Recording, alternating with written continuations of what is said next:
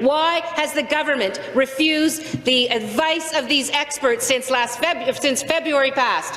Why have they not listened to the experts and dragged us into a crisis that we are in now, a third wave that is completely out of control? Effective Saturday, April the 3rd at 12:01 a.m., Ontario will pull the emergency brake for the entire province. Health Canada is expected to approve the Pfizer vaccine this week, so just in a short matter of time. Polls suggest the majority of Canadians will in fact roll up their sleeves, but some will not. And at least one province, Ontario, says anyone who does not will likely face ongoing restrictions while the rest of the population gets back to sort of normal life, Laura. Laura McQuillan I'm referring to, looking at Ontario's plan as the health minister announced yesterday. Yeah, some kind of a card that you would carry that proves you've had your 2 shots of the vaccine. Could be 1 shot if it is a 1-shot vaccine, but most look like they will be 2. So once you're fully immunised, you'd have what's been described as a vaccination card, vaccination passport.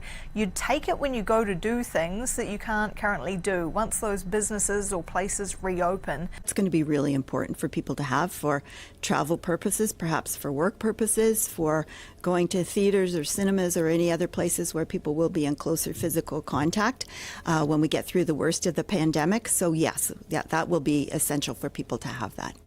So not mandatory to get the shot, but if you don't get it, you might be opting out of those things that this card enables you to do.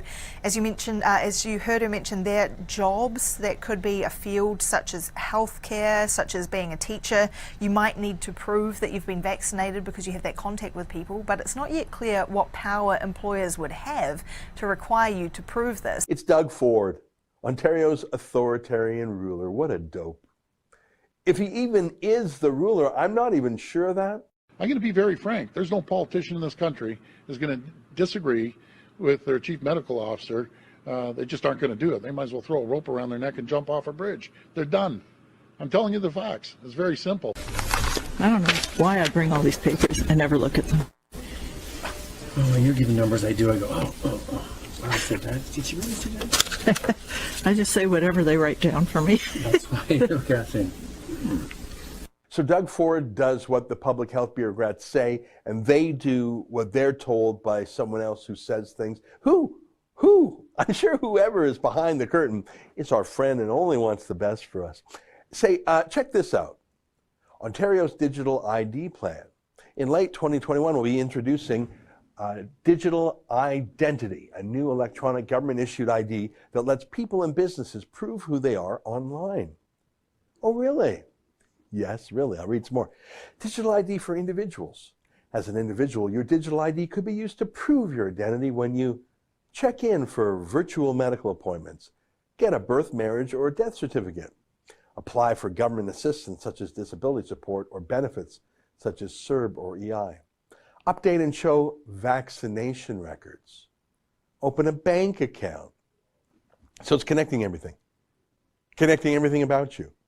Your name, who you're married to, your bank account, your vaccine status. But don't worry, guys, don't worry. You don't have to use it. Digital ID will be optional. Having a digital ID will be optional. You will still be able to use ID cards and certificates, such as a driver's license or birth certificate, if you want. Sure, you don't have to use this protein vaccine passport. No. There's no requirement at all.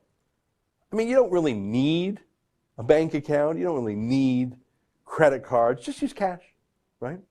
You don't really need to fly on that plane. Just drive or walk, right? You don't really need to go into stores, right? Just shop online. You don't really need a job, right? I mean, no one's forcing you to do any of this, right? People that say that the people that aren't complying are the reason that this is going on. We gave the one example of Florida and Texas being open. Here's another perfect example. Once you know the end game is the vaccine passport over here, that's like step 10. You have to understand that the mask was step 1, contact tracing and closing your business is like step 2 and 3, and every time you comply with the next step, they bring you closer to the end game. So complying is not how you get out of this. Complying is how you get screwed for life. The moment you don't comply with the next phase of their agenda, it stops. And at that point, you start getting your freedoms back. Clear to them that the vaccine is the ticket back to pre-pandemic life.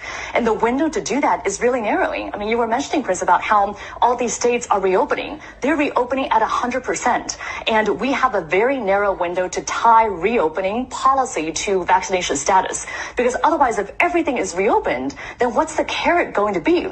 Because otherwise, if everything is reopened, then what's the carrot going to be? How are we going to incentivize people to actually get the vaccine? So that's why I think the CDC and the Biden administration needs to come out a lot bolder and say, if you're vaccinated, you can do all these things. Here are all these freedoms that you have. Because otherwise, people are going to go out and enjoy these freedoms anyway. You know, we're all in this together. There's no hidden agenda. Not from me, not from any of my ministers, no one. I'm going to repeat this again. There is no agenda. I'm the last guy in the world that would put up with that. It just wouldn't happen under my watch.